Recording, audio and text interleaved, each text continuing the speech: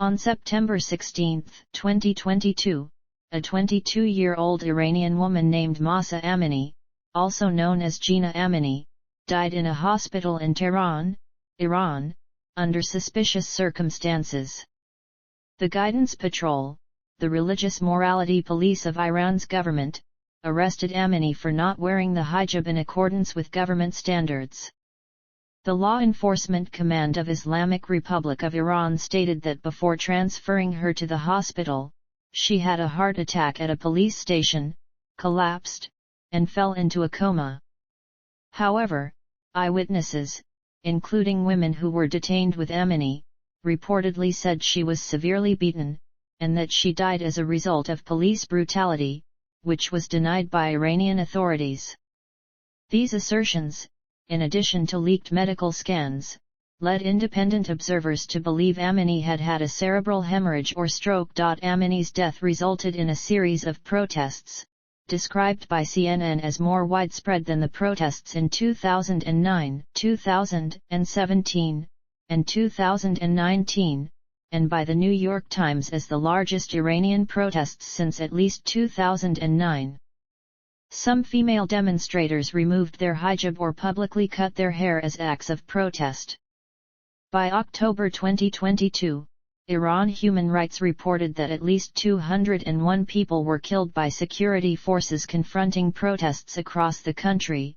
Amnesty International reported that Iranian security forces were, in some cases, firing into groups with live ammunition, and in other cases were killing protesters by beating them with batons. Background: Iran introduced a mandatory dress code for women, in accordance with their interpretation of Islamic standards, a short time after the Iranian Revolution of 1979. On March 7, less than a month after the revolution, Khomeini decreed the hijab to be mandatory for all women in their workplace, and decreed that women would no longer be allowed to enter the workplace or any government office unveiled, which he termed as naked. Violence and harassment against women not wearing the hijab in accordance with Iranian government standards had become common after the revolution, whether by law enforcement personnel or pro-regime vigilantes. From 1980, women could not enter government or public buildings or attend their workplace without a hijab. In 1983, mandatory hijab in public was introduced in the Penal Code, stating that women who appear in public without religious hijab will be sentenced to whipping up to 74 lashes. But in practice a number of women, such as Saba Khord Afshari and Yasemin Ariani, were sentenced to heavy prison terms. In the last decade, clothing in Iranian society underwent significant changes, and young women in particular tend to be more liberal about hijab rules, prompting the Guidance Patrol, Iran's morality police, to launch intermittent campaigns to verbally admonish or violently arrest and re-educate women they considered to be wearing the hijab incorrectly. Under routine circumstances, the detainees are brought to a center where they are re-instructed in the dress regulations for hours, before being made to sign a pledge to uphold said regulations, and then being allowed to leave with their family. Protests against the compulsory hijab have been common since 1979, with one of the largest protests taking place between 8 and March 14, 1979, beginning on International Women's Day and a day after hijab rules were introduced by the Islamic Republic.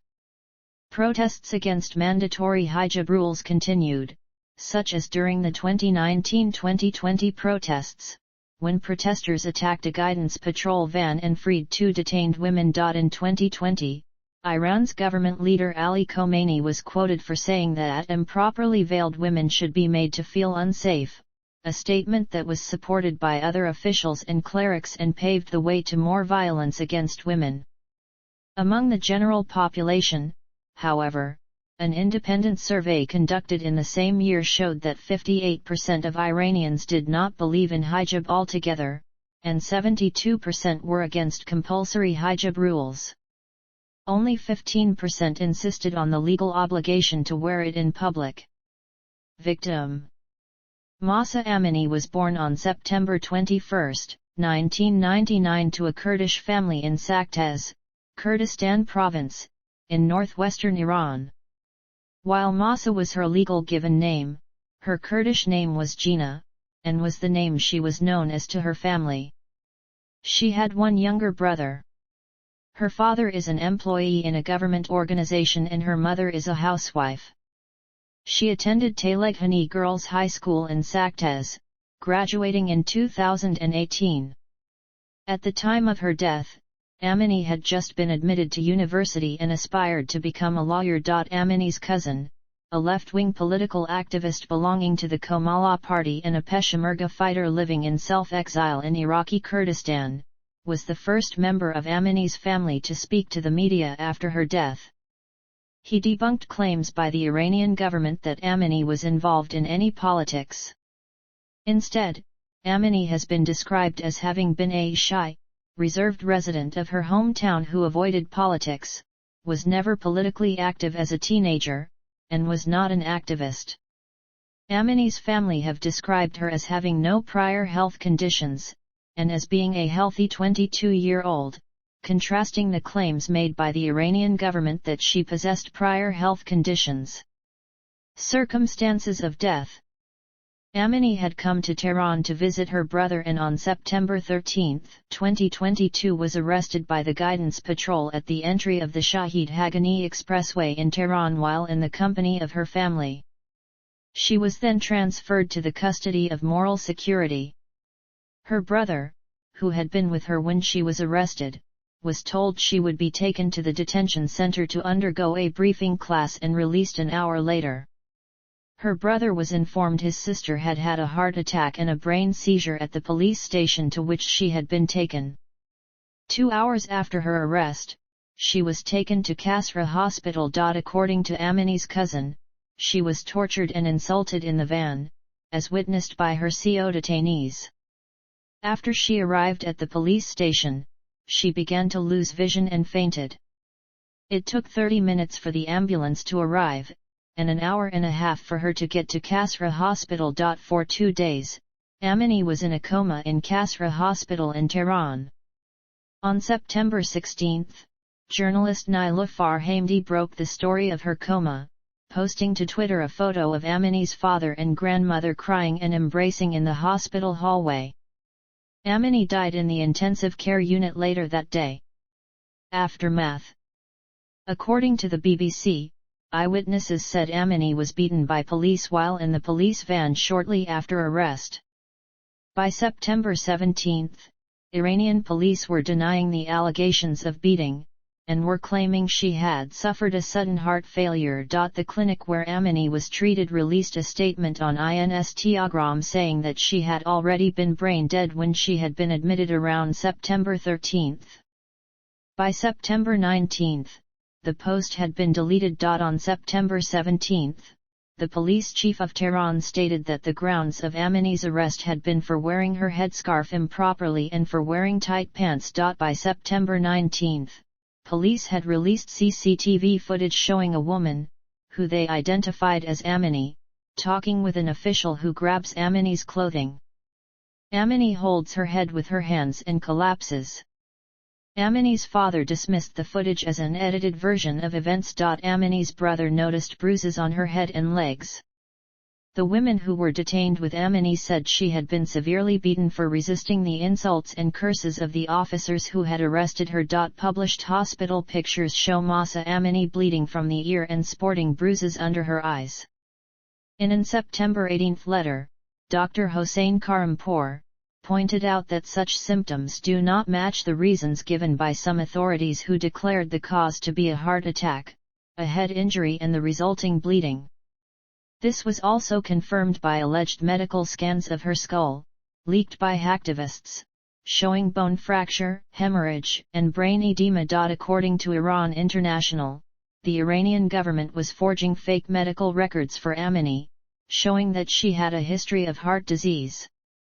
On September 20, Dr. Masoud Shervani, a neurosurgeon, stated on state-owned television that Amini had a brain tumor that was extracted at the age of 8. By September 21, the hospital had released preliminary CT scans. Government supporters stated the CT scans showed psychological stress caused by a previous brain operation. Critics stated the scans showed physical beating and trauma. The Iranian government stated Amini had a brain operation at the age of 5. Regarding various government claims, Mahsa Amini's father told the BBC around September 22 that they are lying. She never had any medical conditions, she never had surgery.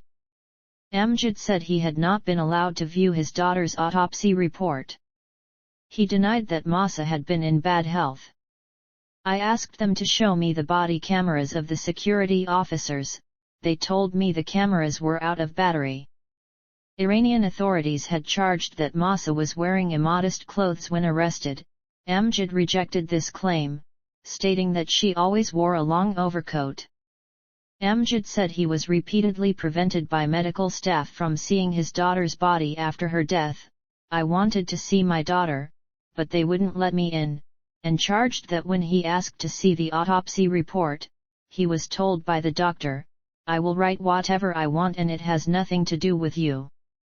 Amjad saw the body after it had been wrapped for the funeral, and noticed bruises on her feet, but could not see the rest of the body due to the wrapping.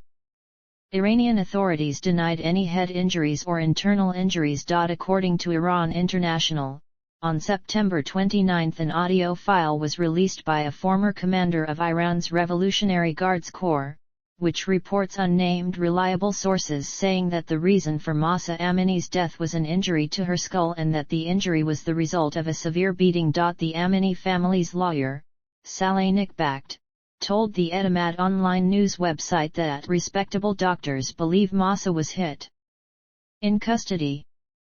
Nikbakht also said the family wants a fact-finding committee to probe her death, and that police footage filmed after her arrest should be handed over. By October 2, Amini's family had acknowledged that Amini had an operation for a minor neurological condition at the age of 8, but said it had been under control through levothyroxine, and that her doctors had recently given her the all-clear.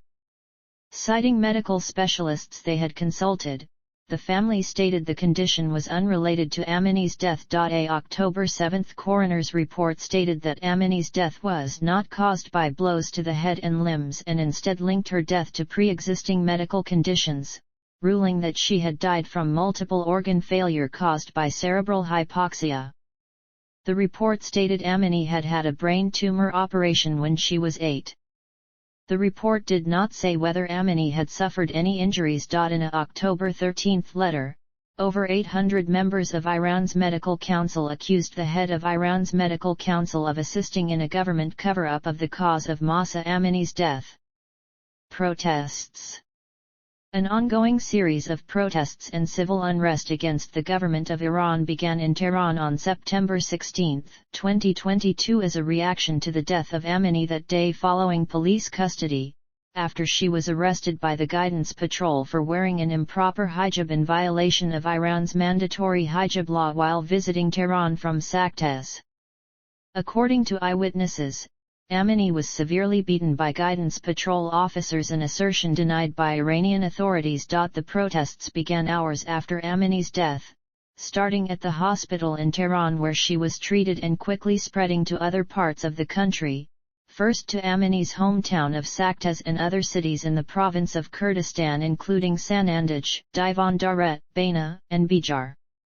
In response to these demonstrations, beginning around September 19, the Iranian government implemented regional shutdowns of internet access. As protests grew, a widespread internet blackout was imposed along with nationwide restrictions on social media. In response to the protests, people held demonstrations in support of the government across several cities in Iran, in an attempt to counter the protests. The Iranian government has referred to these counter-protests as spontaneous. The pro-government protesters called for the anti-government protesters to be executed, and have referred to them as Israel's soldiers, whilst shouting "Death to America" and "Death to Israel," reflecting Iran's clerical rulers' usual narrative of putting the blame of the unrest on foreign countries. On October 3, in his first statement since the outbreak of the protests, Supreme Leader Ayatollah Ali Khomeini dismissed the widespread unrest as riots, and likewise tried to cast it as a foreign plot. The inscription on Amini's tombstone reads in Kurdish. Some sources use rallying call or symbol rather than code when translating the epitaph. According to Iran Human Rights, as of October 8, 2022, at least 185 people have been killed as a result of the government's intervention in the protests, involving tear gas and live rounds, making the protests the deadliest since the 2019-2020 protests that resulted in more than 1,500 fatalities. The government's response to the protests has largely been condemned, and the United States Department of the Treasury has sanctioned the Guidance Patrol and several high-ranking Iranian officials. On the streets. On September 17, hours after Amini died, demonstrators gathered outside Kasra Hospital in Tehran, where Amini had been treated. Human rights groups reported that security forces deployed pepper spray against protesters and that several were arrested. Then a series of protests broke out over Amini's death, including in Saktez, her hometown. Some shouted "Death to the dictator," and Kurdish feminist slogans such as "Woman, Life, Freedom." A spokesperson for Henga, a Kurdish human rights group, stated that the security institutions forced the Amini family to hold the funeral without any ceremony to prevent tensions. On social media, Amini's beating and death caused widespread anger among several social networks. The hashtag #Mahsa Amini became one of the most repeated hashtags on Persian Twitter. The number of tweets and retweets of these hashtags exceeded 80 million. Some Iranian women posted videos on social media of themselves cutting their hair in protest. It was reported on September 21 that the Iranian government had blocked internet access to Instagram and WhatsApp and disrupted internet service in Kurdistan and other parts of Iran in an attempt to silence the unrest. As of September 24, the hashtag #Mahsa_Amini and its equivalent in Persian broke the Twitter record with more than 80 million tweets. According to Professor Mark Owen Jones at Hamad bin Khalifa University, of 108,000 accounts in a sample of online protesters, 13,000 were created in the month of September 2022, suggesting thousands of the accounts may be fake, presumably by pro- or anti-government manipulators. Reactions. In Iran, Amini's father was interviewed by various international media about his daughter's death and answered the claims of Iranian government officials. In a phone call with him, the president of Iran, Ebrahim Raisi, expressed regret over Amini's death. The governor of Kurdistan province personally went to Amini's father's house and consoled him about the death of his daughter. In an interview with BBC Persian, the father accused the Iranian authorities of lying about her death and noted that every time he was asked how he thinks she died, his response was mysteriously cut from local news broadcasts. He stressed that the Iranian authorities refused to let him see his daughter at the clinic, and that when he finally saw her body before the funeral, it was completely wrapped except for the face and feet, which had mysterious bruises. The well-known Iranian lawyer, Saeed Degan, described Amini's death as murder. President Ebrahim Raisi accused Western countries of double standards regarding human rights, adding, "What about all the people killed by American police? Did all these deaths get investigated?" In October 2022, Amini's family complained about receiving death threats to warn them against attending the demonstrations. Investigation. International institutions and organizations. Amnesty International requested a criminal investigation into the suspicious death. According to this organization, all responsible officers and officials in this case must be brought to justice and the conditions leading to her suspicious death, which include torture and other ill treatment in the detention center, must be investigated criminally. Human Rights Watch called Amini's death cruel and wrote, "Iranian authorities should cancel the mandatory hijab law and remove or amend other laws that deprive women of their independence and rights." Additional concerns were raised by the group at the apparent lethal force retaliation by government officials to the protests. The Center for Human Rights in Iran declared Amini another victim of the Islamic Republic's war on women and stated that the tragedy should be strongly condemned worldwide to prevent further violence against women in Iran. Humanists International called for those responsible for the murder of Amini to be held accountable, condemned Iran's strictly enforced patriarchal religious norms, and added that compulsory veiling is a human rights violation, and that appeals to religious morality can never be used to police women's choices, or to invalidate their equal dignity and worth. The United Nations announced that the death and alleged torture of Amini should be investigated independently. A joint statement by UN experts strongly condemned the death of 22-year-old Mahsa Amini, who died in police custody. Politicians such as Bill Clinton, Hillary Clinton, Nancy Pelosi, Nikki Haley, Senator Jim Risch, Farah Pahlavi, Masoud Barzani, Justin Trudeau, Masoud Gherakhani, Annalena Baerbock, Melanie Joly, and others reacted to Amini's death.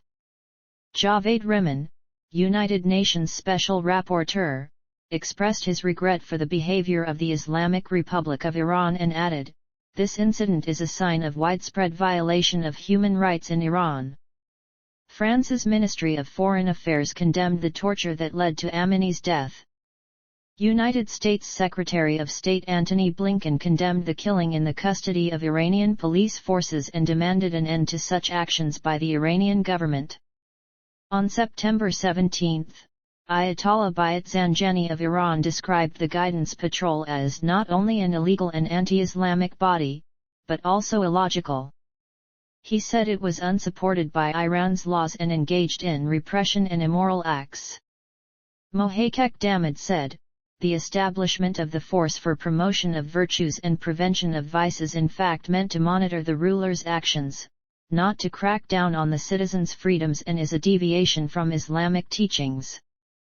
Chilean President Gabriel Boric, during his speech at the UN General Assembly, paid tribute to Amini and called for an end to the abuse of power by the powerful around the world. Selahattin Demirtas, the imprisoned former co-chair of the pro-Kurdish People's Democratic Party, shaved his head together with his cellmate Adnan Mizrakli, the former mayor of Diyarbakir. Several European Union officials have condemned her death. Josep Borrell, the EU foreign policy chief, called her death unacceptable. A spokesperson issued a statement announcing that what happened to Amini is unacceptable and the perpetrators of this killing must be held accountable. U.S. President Joe Biden, in the annual speech of world leaders to the United Nations on September 21, referred to the situation of women in Iran and Amini's death and vowed solidarity with Iranian women. Robert Malley, the representative of the U.S. in Iranian affairs, called Amini's death horrific and wrote, "Mahsa Amini's death after injuries sustained in custody for an improper hijab is appalling. Our thoughts are with her family. Iran must end its violence against women for exercising their fundamental rights." Olaf Scholz, Chancellor of Germany, called Amini's death in police custody terrible, and expressed his sadness at the deaths of the brave women at the protests. He added that women should be able to make their own decisions, and not live in fear. Celebrities. A number of celebrities and others reacted to Amini's death. American actress Leah Remini wrote on Twitter, "Killing of Mahsa Amini is unacceptable under any circumstances, but the fact that she was arrested for wearing an inappropriate hijab makes it even more appalling." Kabi Lame, an Italian influencer of Senegalese origin, wrote on his Instagram page, "The biggest war for women's rights and human rights is happening in Iran. If you live on earth and remain silent, you will never be able to speak about women's rights again." British-Iranian comedian and author Shaparak Kiarostami, whose family fled Iran following the revolution, said the Iranian regime kills women for trying to live freely. "This is not just Iran's problem, it is the world's problem. Do not look away." This denial of basic human rights is an affront to human dignity. Mahsa Amini cannot speak up anymore. The world should act in solidarity and amplify her voice and the voices of all Iranian women who dare to speak up for choice and democracy. Australian actor Nathaniel Buzalik, publishing a picture of Amini on his Instagram, asked, "Where are the feminists? Why is the world silent?" Turkish actress Nurgül Yeşilçay published a picture of Amini in her Instagram story and wrote, "It's unfortunate. Alas for all the women in the world."